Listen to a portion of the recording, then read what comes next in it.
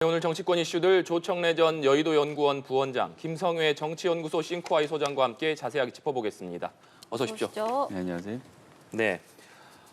김용 민주연구원 부원장의 정치자금법 위반 혐의를 수사 중인 검찰, 닷새 만에 여의도 민주당사 압수수색 제시도에 나섰습니다. 이 오전에 당사를 방문한 이재명 대표는 입장을 밝히면서 울먹이기도 했는데요. 발언 듣고 대담 시작하겠습니다. 비통한 심정으로 이 침탈의 현장을 외면하지 않고 지켜보겠습니다. 국민 여러분께서 이 역사의 현장을 잊지 마시고 퇴행하는 민주주의 꼭 지켜주시기를 바랍니다. 네, 조금 전에 민주당사에 나가 있는 저희 취재 기자가 전해줬습니다만 이 검찰이 오늘 오전부터 민주당사에 대해서 재차 압수수색을 시도했고 오후 2시 10분쯤부터 본격적인 압수수색에 착수했다고 합니다. 이 민주당에서는 김용 부원장이 근무한 지가 얼마 되지 않았기 때문에 사실상 당사에서 가져갈 게 없는데도 이 망신주기식으로 공개적인 수사를 하고 있다 이렇게 반발을 하고 있고 이 국민의힘 측에서는 정당한 법 절차에 민주당이 협조를 해야 된다 이렇게 강조를 하고 있는데 일단 어떻게 지금 검찰의 압수수색 제시도를 보고 계신지부터 말씀 여쭙겠습니다. 우선 김용 부원장이 당직이 상금 부원장입니다. 저도 여의도 연구원에서 부원장을 했습니다만 네. 상금 부원장은 비상금 부원장하고 다릅니다. 근데 상금 부원장의 압수수색 영장을 발부할 때 그 사무실을 뺀다는 게 말이 안 되거든요.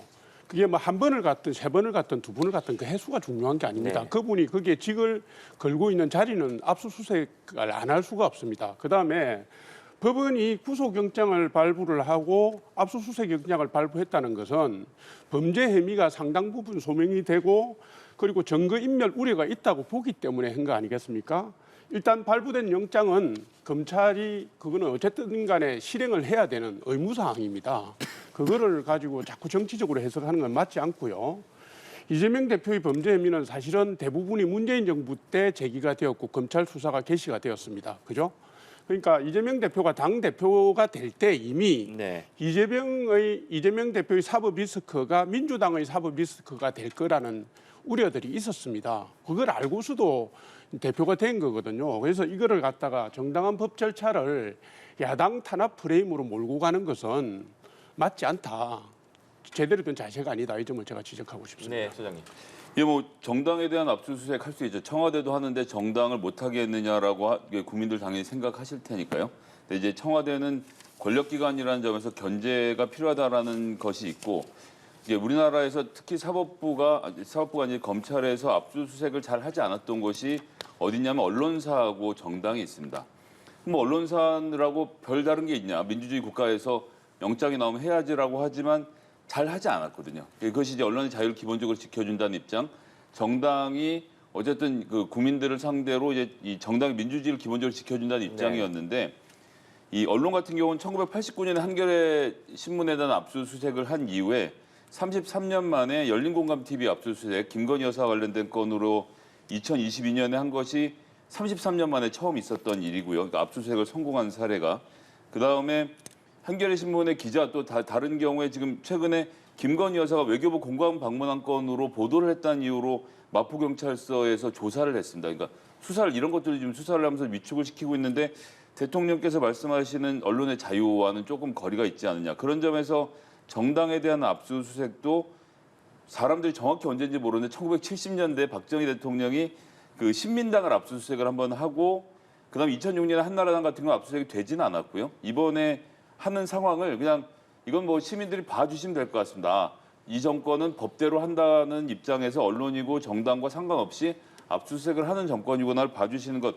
뭐 법원의 명령에 대해서 민주당이 어쩔 수가 있겠습니까? 저희의 입장에서는 이재명 대표도 말했던 것처럼 이 현장을 잊지 말아주십사라고 부탁드리는 것 외엔 다른 방법이 없을 것 같습니다. 네, 이처럼 검찰의 수사망이 점점 좁혀지는 상황에서 민주당은 지금 맞대응 카드로 대장동 특검을 재차 요구하고 있습니다. 한편 내일 예정된 윤석열 대통령의 국회 시정연설 수용을 또 거부한다고 민주당이 지금 밝힌 상태인데요. 관련해서 윤석열 대통령과 주호영 원내대표의 발언 듣고 대담 이어가도록 하겠습니다. 헌법이 보장하고 있는 대통령의 국회 출석 발언권과 또 국회법에서 예산안이 제출되면 정부의 시정연설을 듣도록 되어 있는 국회법의 규정, 그리고 여야 합의로 25일로 일정이 정해졌는데 거기에 무슨 추가 조건을 붙인다는 것을 제가 기억하기로는 우리 헌정사에서 제가 들어보지 못한 것 같습니다. 이재명 대표께서 특검을 하자는 사람이 범인이다. 특검 수사를 하면서 시간을 끄는 것이 적폐 세력의 수법이다. 이렇게 말씀하셨는데 저희들이 꼭 여기에 해당되는 케이스라고 보고 있습니다. 지금 단계에서는 전혀 특검은 가당치 않다. 이런 생각입니다. 네, 먼저 윤석열 대통령의 발언. 헌법이 보장한 시정연설에 조건을 붙이는 건 헌정사에서 들어본 적이 없다. 이렇게 밝혔습니다. 사실상 야당의 요구를 좀 거부하고 시정연설에 나서겠다라는 의미로 지금 보입니다. 어떻게 좀 보셨습니까? 지금 뭐 대통령 말씀 그대로입니다. 이게 대통령의 국회 출석 발언권은 헌법이 보장한 내용이고요. 국회법에도 예산안이 제출되면 정부는 시정연설을 할 수 있게 되어 있습니다. 그래서 그 법대로 하겠다는 건데 더더군다나 25일 일정은 여야 합의에 의해서 만들어진 겁니다. 그러니까 지금 뭐 이재명 대표 리스크, 김용 부원장 리스크가 불거지기 전이긴 했지만 여야가 의사 일정을 합의한 거거든요. 그러면 제가 볼 때는 야당이, 그것도 거대 야당이 자신들의 유불리에 따라서 이 부분들을 이렇게 저렇게 하는 건 옳지 못한 행위라고 봅니다. 국민에 대한 도리도 아닙니다. 민생 현안이 지금 가득하지 않습니까? 저는 당연히 참여해서 같이 가야 된다고 생각합니다.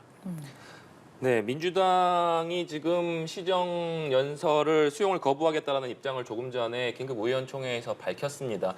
구체적으로 어떤 형태의 거부가 될 것인지는 아직 결정되지 않았고 내일 오전쯤에 다시 한번 긴급의총을 열어서 결정하겠다라고 밝혔는데 이 수용을 거부한다면 어떤 형식이 좀 될 것으로 예상을 하시는지 궁금합니다. 일단 형식적으로는 불참하는 방법이 가장 뭐 선두적으로 고려가 될 것이라고 보고요. 들어가지 않는 방법이 현재로서 가장 크게 고려되고 있는 것 같습니다. 그리고 이제 수용을 하지 않는다는 것은 사실은 내일 참석하는지 마는지의 여부가 아니고요. 이 시정연설을 무엇 때문에 하는 것이냐.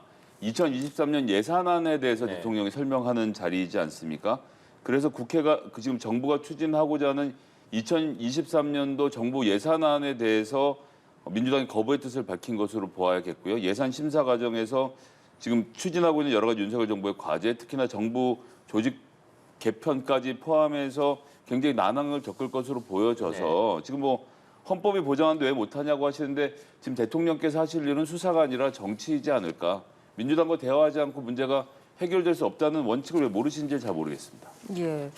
그리고 또 국민의힘에서는 앞서 주호영 원내대표의 발언도 들어봤지만 지금 민주당의 거듭되는 대장동 특검 요구에 대해서 수용할 수 없다라는 입장을 다시 한번 못 박았습니다. 특검을 하자는 사람이 범인이다라는 이재명 대표의 과거 발언을 또 소환하기도 했는데요. 21일 날 그 이재명 대표의 특검 요구 그 내용을 보면 아직 법안으로 나온 게 아니어서 더 구체적으로 말씀드리기는 힘들지만 지난 3월 달에 민주당이 그 당론으로 발의했던 대장동 특검 법안이 있습니다. 그거하고 유사하지 않느냐라는 분석이 정치권 내외에서 나오고 있는데요. 당시 민주당의 특검 법안을 보면 수사 대상 6가지 중에서 5가지가 부산저축은행 부실 수사와 관련된 내용이었습니다.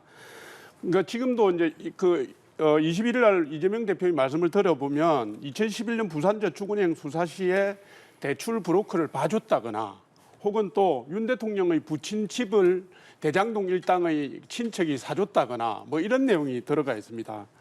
이게 비본질적인 내용이고요. 누가 봐도 이거는 수사의 흐름을 끊기 위한 겁니다.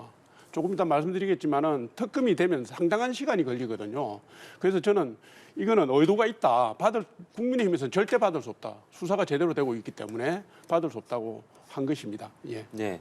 이재명 대표는 오늘 아침에 그러니까 방금 전 말씀하신 이 부산저축은행 비리 관련 의혹 네. 이런 부분들은 다 빼고 대장동만 가지고 특검을 하자 이렇게 다시 제안을 했거든요. 그 얼마나 급하면 그러겠습니까? 이게 이제 내용을 일단 기자회견을 하고 난 뒤에 보니까 이게 이제 반발을 할 수밖에 없는 내용이잖아요. 그러나 이게 이제 제가 드리고 싶은 말씀은 특검은 수사가 미진할 때 하는 겁니다. 네.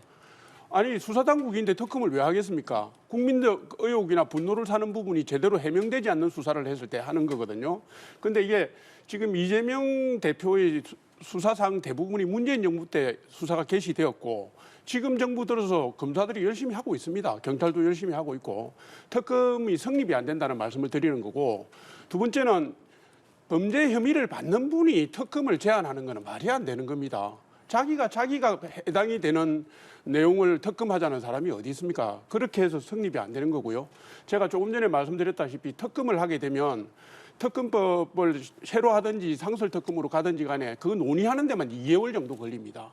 그리고 그때부터 특검이 구성되어서 수사를 끝나는 데까지도 2, 3개월 걸립니다. 그러면 결국 특검이 시작되면 검찰이 수사를 중단해야 되는데 그 수사 중단해서 결론까지 가는데 6개월 이상이 걸릴 수 있습니다. 이건 시간 끌기 책략 이하도 이상도 아닙니다. 특검은 시간 끌기일 뿐이다. 이런 말씀이셨습니다. 그러니까 지금 이제 저축은행 얘기를 왜 자꾸 하느냐 잠깐만 살펴보면요. 그 당시에 대장동 일당이 1,100억을 부산저축은행으로부터 편법을 써서 대출 받았는데 모든 중간 과정을 생략하고 말씀드리면 그 1,100억 안 갚았습니다. 그리고 그 종잣돈으로 대장동의 30% 지분을 확보했고 그걸로 대장동 사업을 벌이는데 큰 도움을 받았고요. 이 과정에서 브로커를 고용한 것 때문에 문제가 됐던 이 브로커 이분이 김만배 씨한테 가서 혹시 좀 주변에 좋은 변호사 얘기했더니 당시 윤석열 주임 검사의 선배이자 명령을 어기기 어려운 박영수 변호사를 소개시켜줬고 그 박영수 변호사가 결국 나중에 대장동 50억 클럽에 막 이름이 오고 가는 등 여러 가지 문제가 일으켜졌었는데 곽상도 의원도 마찬가지로 검사 출신이고요. 이분들 수사 관련돼서 최근에 들어보신 것 있는지 지금의 현재 윤석열 정부가 추진하고 있는 대장동 특검이라고 하는 것은 이 사건을 원래 일으켰던 사람들 특히 그중에서 검사라는 직책을 빠진 사람들 싹 빼고 진행을 하고 있는 것 너무 제 식구 감싸기다라는 것이 보이기 때문에 좀 더 넓은 범위에서 공정하게 수사를 해야 되지 않느냐라고 말씀드려야겠습니다. 네. 지금 대통령실에서 내일 예정된 시정연설과 관련된 속보가 들어와 있어서 잠시 전해드리고 대담 이어가도록 하겠습니다. 이 대통령실에서 내일 예정된 시정연설은 헌법상 책무이기 때문에 원만한 진행을 바란다는 소식이 들어왔습니다. 또 이 국무총리의 시정안 연설 대독 가능성에 대해서는 이 국회 상황이 유동적이기 때문에 예의주시하겠다 이런 입장을 밝혔습니다. 네, 더불어서 도발을 계속하고 있는 북한을 향해서도 도발 후 적반하장의 주장을 하고 있다. 이는 한반도 평화를 해친다라는 발언이 있었고 위협 수위를 높일수록 더 고립되는 것은 북한 전부다라는 대통령실의 발표가 있었던 것으로 지금 확인이 되고 있습니다. 네, 지금 주목되는 부분이 총리의 대독 가능성에 관련된 것인 것 같은데요. 이 국회 상황이 유동적이기 때문에 예의주시하겠다. 이 결국 국무총리의 대독 가능성도 배제할 수 없다. 뭐 이런 뜻으로 좀 해석이 되는데 원장님께서는 어떻게 좀 보십니까? 아니 뭐 여러 가능성은 다 열려 있죠. 그런데 이제 공정과 상식, 법과 원칙을 중요시하니까 제가 볼 때는 대통령께서 하시는 게 맞다고 봅니다. 그거는 이제 국민들께서 보시면서 평가하시면 될 일이고요. 법이나 법률적 권한을 행사하는 건 해야 되는 거고요. 의무 사항이기도 하고 그렇습니다. 예. 정무수석은 어디서 뭘 하고 계십니까? 그러니까 지금 원만한 해결을 바란다라고 대통령실도 말씀하고 계신데 아무도 움직이지는 않습니다. 아니 이거 법으로 정해져 있고 내일 여야가 합의했는데 어쩌라는 거냐가 이게 정치적으로 취할 태도인가요? 법적으로 맞겠죠. 그래서 대통령님 말씀이 내일 예를 들어서 국회 본회의 연설을 민주당이 방해를 했다. 그래서 국민의힘이나 대통령실이 법원에 고발 조치를 그러니까 검찰에 고발 조치를 해서 이게 재판정에 가면 법적으로는 윤석열 대통령이 이기시겠지만 여긴 정치의 영역 아닙니까? 타협을 하려면 누군가 가서 이야기를 해야 되는데 대통령실의 정무수석께서는 도대체 뭘 하고 계시는지 대통령은 왜 이런 분들을 보내서 겉으로는 싸울지라도 물밑에서 교섭이라는 것을 해야 되는데 지금 나토를 포함해서 대통령 지금 해외 순방도 다 돌고 나오셔서 국회에 가서 한 번이라도 설명을 하신 적 있나요? 아니면 정무수석이라도? 이런 기본적으로 해야 될 입법부와의 소통을 안 하시는 대통령께서 모든 책임을 이 국회에 밀어넣고 그냥 나는 법대로 하겠다라고 말씀하시는 것은 글쎄요. 아무리 초보자라고 하지만 좀 지나치신 게 아닌가 싶은 생각입니다. 네. 이번에 검찰 수사로 좀 주제를 넘겨보겠습니다. 이 지금 검찰의 대장동 개발 특혜 의혹 수사가 이 불법 정치자금 수사로 바뀌게 된 계기 역시 유동규 전 성남도시개발공사 기획본부장의 진술이 결정적으로 지금 전해지고 있는데요. 그동안 입을 닫고 있었던 유 전 본부장이 왜 마음을 바꿔서 입을 열었느냐 이것을 놓고 여러 가지 해석들이 나오고 있습니다만 민주당에서는 일단 검찰의 회유가 있었을 것이다. 이런 의혹을 계속해서 제기하고 있는 상황입니다. 그런데 유 전 본부장 언론 인터뷰를 통해서 일단 검찰에 회유당한 것은 아니라고 주장하고 있는데 그렇다면 유 전 본부장이 마음을 바꿔서 진술하게 하고 있는 배경을 좀 뭐라고 봐야 될지 소장님께서는 좀 어떻게 생각하십니까? 일단 증거가 나왔다, 메모가 나왔다라고 한 대목들 다 보면 돈의 출발점은 남욱 변호사죠. 여기서 네. 현금이 흘러서 정민용, 유동규를 거쳐서 김용으로 전달되는 과정입니다. 남욱에서 정민용으로 전달되는 과정에 이모 씨가 메모를 남겼다. 해서 유동규 씨까지 8억 4천만 원이 전달된 과정은 여러 가지 흐름상 입증이 되고 네. 있는데 유동규에서 김용으로 전달되는 과정 현재로서는 유동규 씨의 진술만 있는 상태이지 않습니까? 근데 이제 유동규 씨 입장에서는 이 돈을 내가 뇌물로 받았다 그러면 1억 이상의 뇌물을 받으면 10년 이상의 징역을 본인이 살아야 되는 입장이고 이 돈이 전부 김용 부원장에게 흘러갔다라고 하면 정치자금법 위반으로 형량 자체가 완전히 달라져서 집행유예로 나올 수도 있는 네. 상황이라고 한다면 뇌물 쪽보다는 정치자금 쪽을 택했을 가능성이 있는데 그럼 실질적으로 지금 필요한 거는 8억 4천만 원 작은 돈이 아니고요. 그리고 아무리 대선 기간이었다고 하지만 8억 4천만 원을 흔적 없이 쓸 수 있는 그런 솜씨 좋은 저는 이 마술사는 없다고 보기 때문에 김용 부원장이 8억 4천만 원을 현금으로 사용했다면 반드시 꼬리를 잡을 수 있을 것이다. 검찰이 이 부분을 입증해서 김용 부원장의 혐의를 입증하는 것 이게 중요하지 않겠나 생각합니다. 네, 그러니까 지금 유동규 본부장 같은 경우에 뇌물죄보다는 아무래도 정치자금법 쪽의 형량이 더 낮기 때문에 심지어는 집행유예까지 좀 기대할 수 있는 상황이기 때문에 이런 진술을 마음을 바꿔서 진술을 하고 있는 것이다. 이렇게 좀 말씀을 해주고 계신데 선생님께서는 어떻게 보십니까? 저는 저도 그게 궁금한데요. 왜 그분이 입장을 바꿨는지. 네. 근데 이제 제가 생각해 볼 때는 플리바게닝이 가능한 지금 상황이 아니다고 보여집니다. 검찰하고 형량 거래를 할 수 있는 상황이 아니라고 보여지는 이유가 유동규 전 본부장은 돈을 준 당사자이기도 하고 돈을 받은 당사자이기도 합니다. 그러니까 정치자금법 위반뿐만 아니라 뇌물죄나 알선수재죄가 갈 수 있는 측면들을 다 갖고 있기 때문에 형량 자체를 대폭 줄일 수 있는 사항이 제가 볼 때는 사건의 전말을 본다면 아니라고 보여지거든요. 예. 그리고 이제 제가 볼 땐 결국 인간적인 배신감 아니겠냐고 보는데 이게 공공의 관계에 있는 사람들이 서로를 믿고 가는 것은 자신의 뒤를 맡길 수 있는 어떤 신뢰관계, 의리 이런 게 있어야 됩니다. 네. 근데 이제 이재명 대표 주변의 관련 인사들 이 3명인가 4명인가가 유명을 달리했고 그다음에 유 본부장에 대해서조차도 내 측근이 아니라든가 그 사람에 대해서 배반감을 느낀다든가 이런 말씀을 지난 1년 동안 이재명 대표께서 해오셨어요. 그러면 감옥에 갇혀서 있는 사람이 이런 얘기를 들을 때마다 받는 충격은 적지 않을 거라고 저는 보는 거거든요. 결국은 인간적인 배신감 때문에 입장을 바꿨을 거다 이렇게 생각합니다. 예, 알겠습니다. 이처럼 이재명 대표의 사법 리스크가 지금 좀 현실화가 되면서 민주당 내부에서는 이재명 대표 퇴진론이 지금 나오고 있는 상황입니다. 지대부에서는 이 대표 퇴진론 관련해서 이제 자제령을 당부를 하고는 있는 상황이지만 지금 이제 검찰 수사망이 좁혀올수록 내부적으로 파열음은 커질 수밖에 없는 상황 아니겠습니까? 앞으로의 상황 파열음과 관련돼서는 조금 전에 설명드렸던 대로 김용 부원장이 돈을 받은 것 그리고 그 돈을 대선 경선에 사용한 것이 나오면 거기에 대해서 이재명 대표가 도덕적 정치적 책임을 면하기는 어려울 거라고 보는데 지금 상황에서 유동규 씨 일방적인 주장밖에 없는 상황이고 이재명 대표는 거기에 대해서 김용 부원장에 대한 무한 신뢰를 지금 보여주고 있지 않습니까? 그런데 유동규 씨가 나는 김용에게 돈을 줬다 이 한마디를 가지고 그럼 이재명 대표가 사퇴해야 된다고 말하는 것은 불가능 논리적 개연성이 없기 때문에 이 돈이 대선에서 쓰였던 것 제가 누차 강조하지만 8억 4천만 원을 현금으로 뿌렸는데 이게 티가 안 난다 불가능한 얘기이기 때문에 이 부분에 대해서 검찰이 입증하는 것이 우선이지 이것을 가지고 민주당이 지금 상태에서 이러쿵 저러쿵 이야기하는 것은 좀 섣부르지 않겠나 싶은 생각입니다. 네, 말씀해 주신 것처럼 김용 부원장이나 정진상 실장 같은 경우는 실질적으로는 돈을 받은 적이 없다. 이런 입장을 거듭해서 강조하고 있는 상황입니다. 이와 더불어서 검찰이 이번 사건을 조작하고 있다는 의혹을 계속해서 제기하고 있는 상황이거든요. 이 사안에 대해서는 좀 어떻게 보고 계십니까? 글쎄요, 이재명 대표의 측근들 중에 이화영 전 부지사는 구속되었고 네. 그다음에 김용 부원장도 구속되었고 정진상 정무실장은 지금 여러 건으로 수사를 받고 있지 않습니까? 그러니까 이제 사실은 이 사건은 범죄 혐의의 공소시효와 상관없이 거슬러 올라가면 2008년 이후부터 지금까지 진행이 되어 온 겁니다. 김용 부원장하고 유동규 전 본부장이 그 이재명 당시 변호사하고 관계를 맺은 게 재건축 재개발 리모델링 하면서부터 맺어서 왔으니까 그 사이에 선거가 2010년 성남시장 선거, 2014년 성남시장 선거, 2018년 경기도지사 선거, 2022년 대선까지 큰 선거가 4번이나 있었고요. 그 관계에서 이렇게 빚어진 뭐 오간 부분들이 만약에 폭로를 통해서 나온다면 새로운 수사선상에 계속 오를 수밖에 없는 상황이라는 점을 제가 지적하고 싶고요.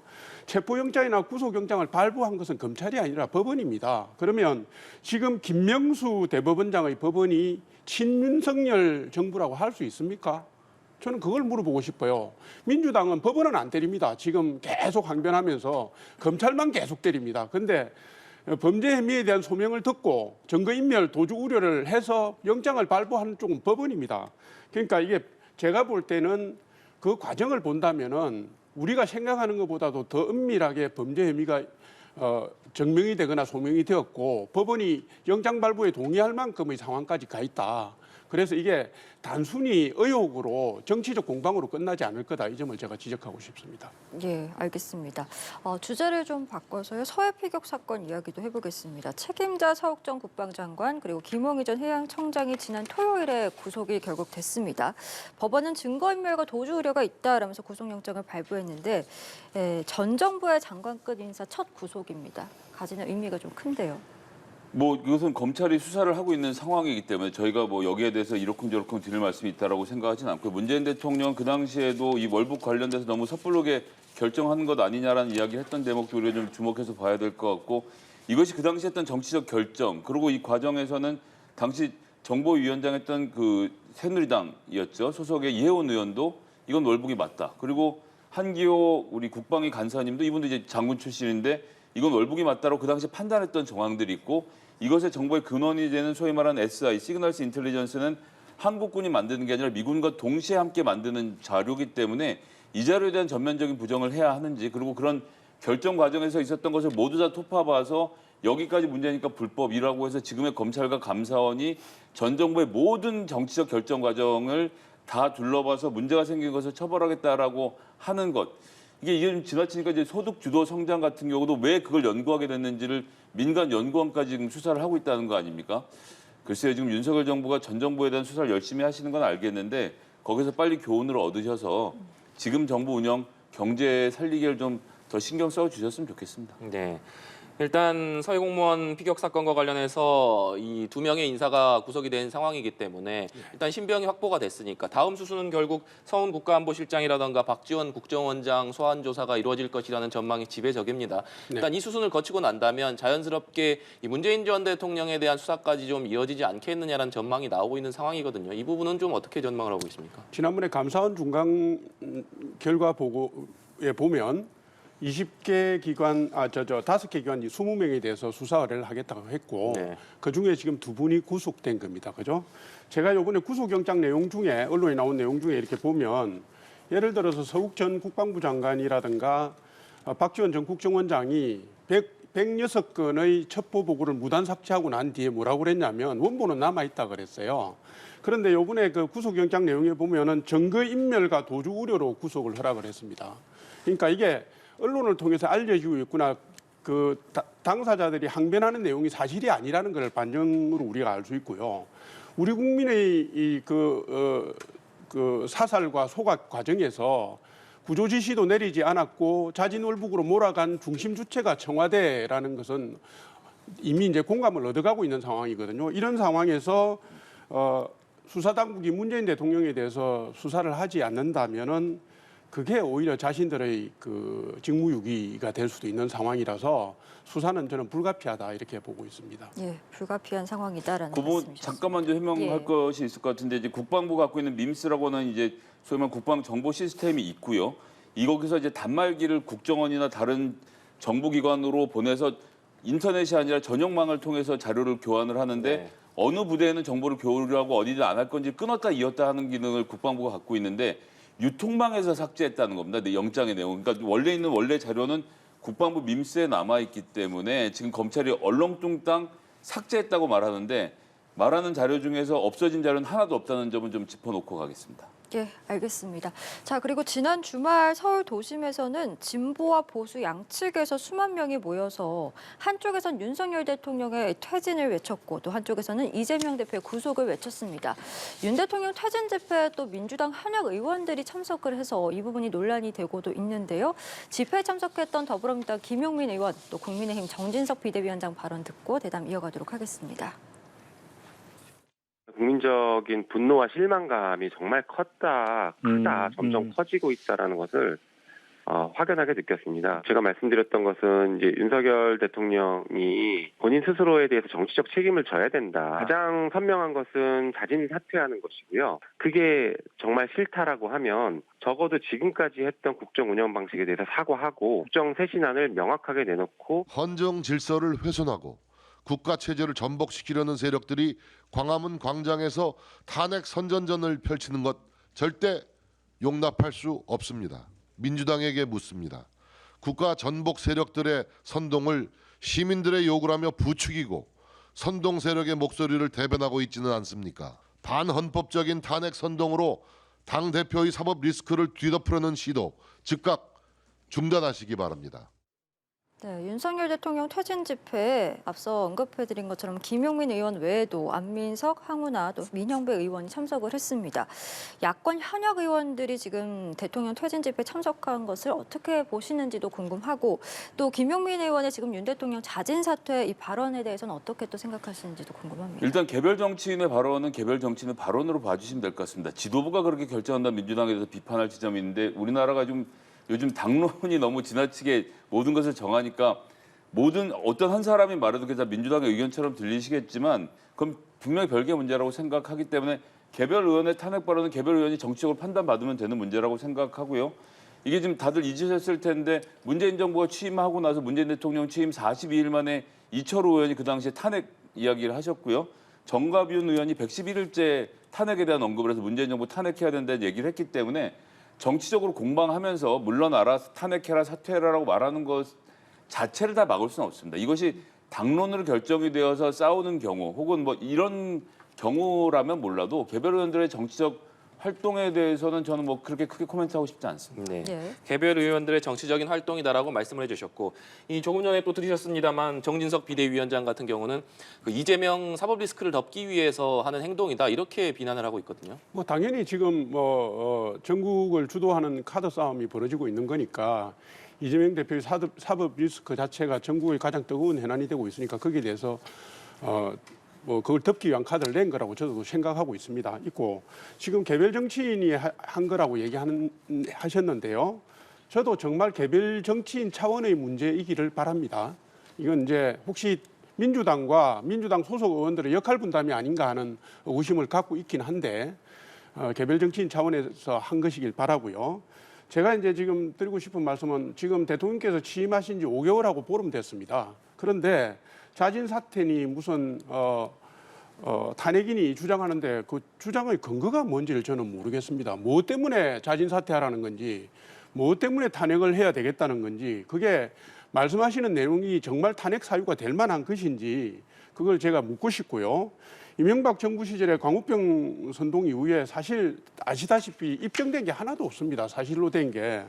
그 아무도 책임 안 집니다. 지금 이제 촛불 집회의 기억을 계속 되살려갖고 불을 지피려고 하는데 결국 자신들이 탈 수 있다는 생각도 해야 됩니다. 이 국민들이 이미 이 탄핵이라든가 무슨 자진 사퇴에 대해서 학습이 많이 돼 있습니다. 그래서 이 국민들의 반향이나 국민들의 거부감이 얼마나 큰지를 성찰하는 그런 지혜가 좀 필요하다 이 말씀 드리겠습니다. 예, 알겠습니다. 저희 오늘 두 분 말씀은 여기까지 듣도록 하겠습니다. 조청래 전 여의도연구원 부원장, 김성애 정치연구소 싱코아의 소장과 함께 이야기 나눠봤습니다. 오늘 말씀 고맙습니다.